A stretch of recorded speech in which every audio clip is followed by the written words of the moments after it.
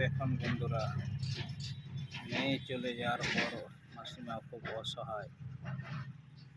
তাই কি বলতেছে দেখুন, মেয়ে কি কি দিয়েছে এবং কি কি করেছে। মেয়ের জন্য প্রার্থনা করতে কত যেতেছে, আপনারা দেখুন ভিডিওটা।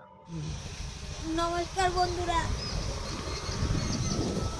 আজকে তোমাদের আমি একটা ছোট্ট ব্লগ দেখাবো। আমি আজকে বেড়াতে যাচ্ছি কর্দ, আমার জায়ের বাড়ি, আমার বোনের বাড়ি। তোমরা তো আগে দেখেছো, সবই জানো। আমাদের কর্দ বাড়ি ছিল। আজকে ওদের বাড়ির মহাপ্রভুর ভোগ হবে, কালকে আমি যাব, নিমন্ত্রণ করে যেতে হবে। বিশেষ কথা একটা বলেছি, আগে কোথাও গেলে বেটি সাজে দিত, শাড়ি পরে দিত। এখন কান্না করেছি, বেটি নাই, কে শাড়ি পরে দিবে, কে সাজাই দিবে। ওই পাশের বাড়ির শুভ আছে, ওদের কাছে যাবো শাড়ি পরতে। ওই জন্য তোমাদের শাড়ি বের করে দেখাচ্ছি। এটা আমার বেটি মরার 8 দিন আগে বালুর